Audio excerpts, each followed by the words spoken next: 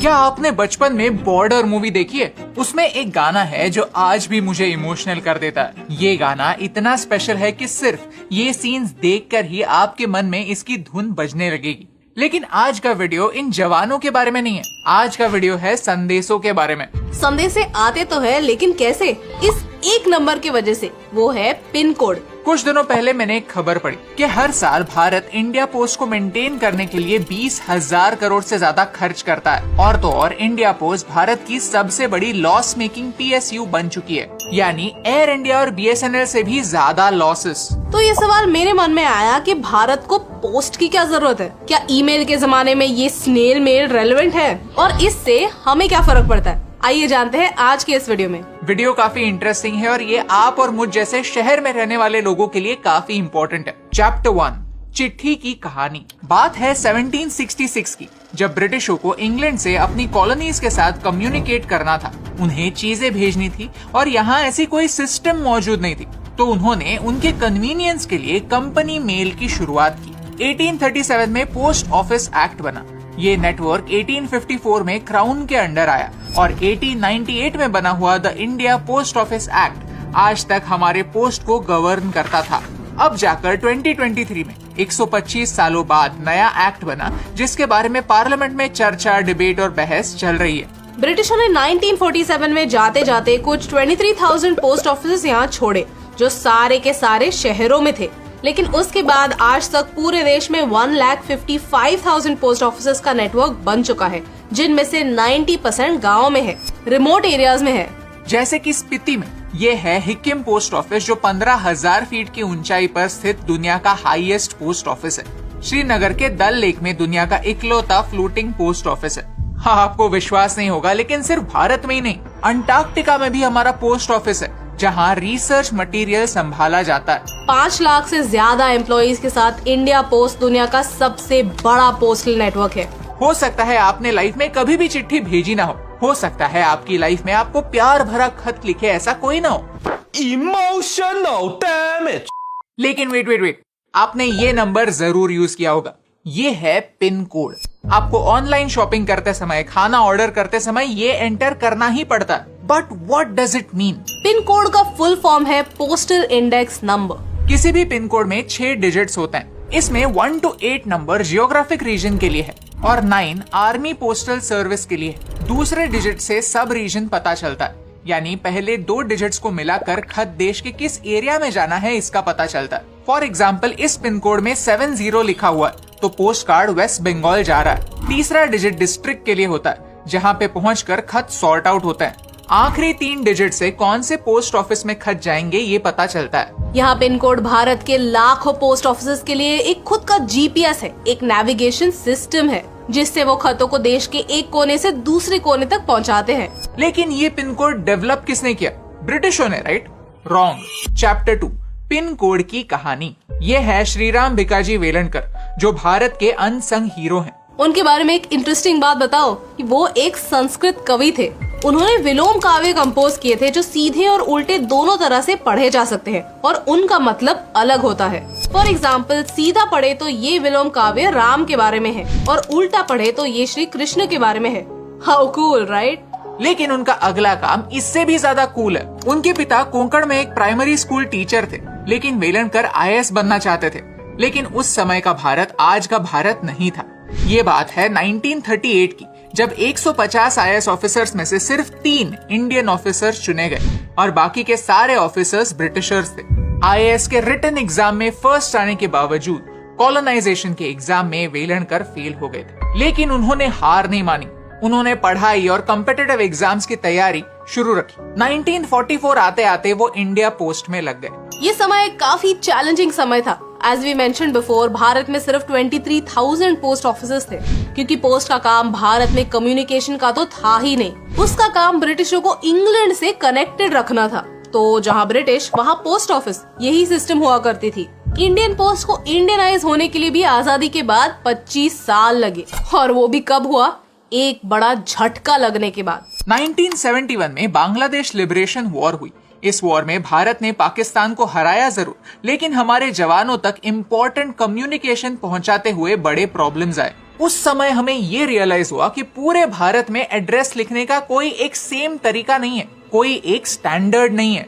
कई लोग पढ़ लिख नहीं सकते और भाषाएं भी इतनी अलग अलग है कि किसी ने एड्रेस कन्नड़ा में लिखा और डिलीवर करना है राजस्थान में, तो एक पोस्टमैन एड्रेस पढ़ेगा कैसे? अगर एड्रेस पढ़ भी लिया तो एक ही गांव में एक ही नाम के कई लोग रहते थे। ये प्रॉब्लम सॉल्व कैसे किया जाए? Velankar use the formula of elimination. घास के ढेर में सुई ढूंढना मुश्किल है तो घास के ढेर को ही छोटा कर दो। इसी आइडिया से 1972 में पिन कोड का जन्म हुआ, जिसका लॉजिक ये है कि लोग सिर्फ एक सिंपल नंबर याद रख सकते हैं जिससे खत एटलीस्ट सही पोस्ट ऑफिस तक तो पहुँचे। पोस्टमैन को सही रीजन में, सही डिस्ट्रिक्ट में, सही पोस्ट ऑफिस में खत मिले, जिसके बाद वो जाकर ऑन ग्राउंड उसे डिलीवर कर पाए। 15 अगस्त 1972 को ये पिन कोड का सिस्टम पूरे भारत में लागू हुआ। पिन कोड से क्या फर्क पड़ता है? 4 मेन पॉइंट्स है। एफिशिएंसी बढ़ी, डिलीवरी का टाइम 1/10 हो गया, देश के कोने कोने तक पहुंचना पॉसिबल हुआ, गलत खत गलत हाथों में लगने के चांसेस कम हुए और सबसे बड़ी बात, लोगों को एड्रेस लिखने का एक नया तरीका मिला। ये एक ऐसी बात है जिसे आज हम फॉर ग्रांटेड ले लेते हैं। आज एक पिन कोड के बिना हर पता अधूरा है। Amazon जैसी कंपनीज भी आपको पिन कोड एंटर किए बगैर डिलीवरी नहीं देंगे। 50 साल बाद भी काम करने वाला ये वेलणकर फॉर्मूला कितना इफेक्टिव है, ये इसका प्रूफ है। चैप्टर 3, आज के पोस्ट का हाल। पोस्ट कल यूजफुल था, इसका मतलब ये नहीं कि हम उसके गुजरे हुए यूजफुलनेस पर निर्भर रहे, क्योंकि अगर हम इनोवेट करना 1971 में ही छोड़ देते, जो जैसे चल रहा है वैसे ही चलने देते, तो आज हम यहाँ ना होते। सिर्फ इंडिया पोस्ट के बारे में ही नहीं, दूसरी डिलीवरी सर्विसेज के बारे में भी। वीडियो की शुरुआत में हमने कहा कि इंडिया पोस्ट भारत की सबसे बड़ी लॉस मेकिंग PSU है, लेकिन क्यों? जब पोस्ट की शुरुआत हुई थी तब Amazon, Zepto, FedEx तो छोड़िए, लोगों के पास फोन भी नहीं थे। कम्युनिकेशन का इकलौता जरिया था पोस्ट। लेकिन आज ईमेल है, सोशल मीडिया है, जिससे पोस्ट का वॉल्यूम कम हो गया है, कंपटीशन बढ़ गई है, प्राइवेट प्लेयर्स कुरियर इंडस्ट्री में आ चुके हैं। आपको सुनकर विश्वास नहीं होगा, लेकिन पोस्ट जितना पैसा कमाता है उसका 90% एम्प्लॉइज की सैलरी देने में ही खर्च होता है। उसके ऊपर ऑपरेशनल कॉस्ट होते हैं, रिटायर्ड एम्प्लॉइज के पेंशन होते हैं। ऐसे करते करते साल दर साल पोस्ट के लॉसेस बढ़ते जाते हैं। यहाँ आप ग्रीन लाइन में पोस्ट का रेवेन्यू देख सकते हैं और रेड लाइन में उनके एक्सपेंसेस। बीच का डिफरेंस जो है वो नंबर्स में लिखा हुआ है। जहां 10 साल पहले हम 5,000 करोड़ के लॉसेस कर रहे थे, आज लॉसेस का आंकड़ा 20,000 करोड़ तक पहुंच गया है। इन लॉसेस का भुगतान किसे करना पड़ता है? आप और हम जैसे आम इंसान को, क्योंकि ये पैसा हमारे ही टैक्स से आता है। ये नंबर्स देखने पर आपको लग सकता है कि क्यों ना पोस्ट को बंद ही कर दे, लेकिन एक छोटा सा किस्सा सुनाती हूँ। इस साल हमने आम की गुठलियां कलेक्ट की, जिनसे हमने पेड़ लगाए और ये पेड़ गरीब किसानों को डोनेट किए। लेकिन कुरियर कंपनीज हमारे लोकेशन से 10 किलोमीटर दूर अपने सेंटर में ही आम की गुठलियां रख रही थी। किसानों को खुद 10 किलोमीटर दूर जाकर गुठलियां कलेक्ट करनी पड़ रही थी, whereas इंडिया पोस्ट उनके दरवाजे तक डिलीवर कर रहा था। प्राइवेट कंपटीशन इज ग्रेट, लेकिन प्राइवेटाइजेशन का प्रॉब्लम यही है कि जहाँ पर वॉल्यूम नहीं है वहाँ प्रॉफिट नहीं है, और जहाँ प्रॉफिट नहीं है वहाँ उनकी सर्विस नहीं है। और वो अपनी जगह ठीक ही है, लेकिन अगर आप स्पीति गए होंगे तो आपको पता होगा कि वहाँ पहुँचना कितना डिफिकल्ट है। वहाँ सिर्फ इंडिया पोस्ट ही ऑपरेट करता है। वहाँ Amazon से अगर कुछ मंगाया तो मनाली जाकर पिकअप करना पड़ता है। यही सेम सिचुएशन खारदुंगला में भी है, सियाचिन में भी है, मैकमोहन लाइन पर भी है और LOC पर भी।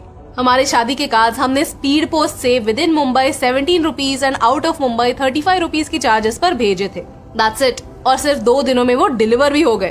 पोस्ट एक सुविधा है, एक नेसेसरी सुविधा है। पोस्ट परफेक्ट नहीं है।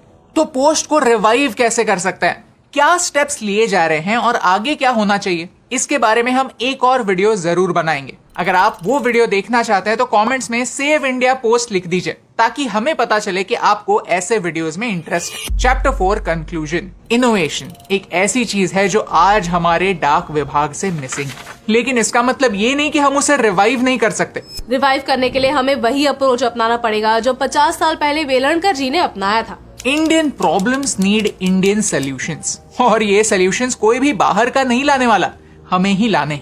आज का भारत 1971 वाला भारत नहीं है, ये हम सबको पता है। तो जिस लेवल से हम 1971 में सॉल्यूशंस ला पाए, वैसे आज क्यों नहीं ला सकते?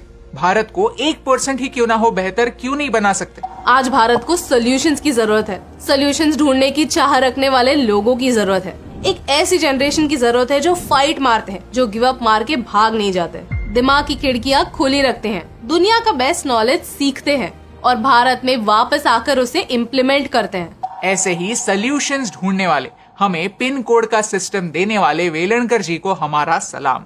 सबसे सैड पार्ट ये है कि एक ऐसे इंसान ने, जिसने हम सब की लाइफ को छुआ है, उसका एक भी ढंग का फोटो इंटरनेट पर ढूंढना मेरे लिए इम्पॉसिबल हो चुका था। जिसने हम सबको रास्ता ढूंढने में मदद की थी, वो इंसान आज खो गया है। चलिए उनकी कहानी को जिंदा रखते हैं, इस वीडियो को शेयर करते हैं। आई फील लकी कि इस वीडियो के बहाने मेरी मुलाकात भारत के एक अनसंग हीरो से हुई, जिन्होंने प्रॉब्लम्स के सामने घुटने नहीं टेके। क्योंकि जितना इंडिया पोस्ट के लॉसेस का नंबर भारत के लिए इंपॉर्टेंट है, उतना ही ये 6 डिजिट का पिन कोड भी इंपॉर्टेंट है।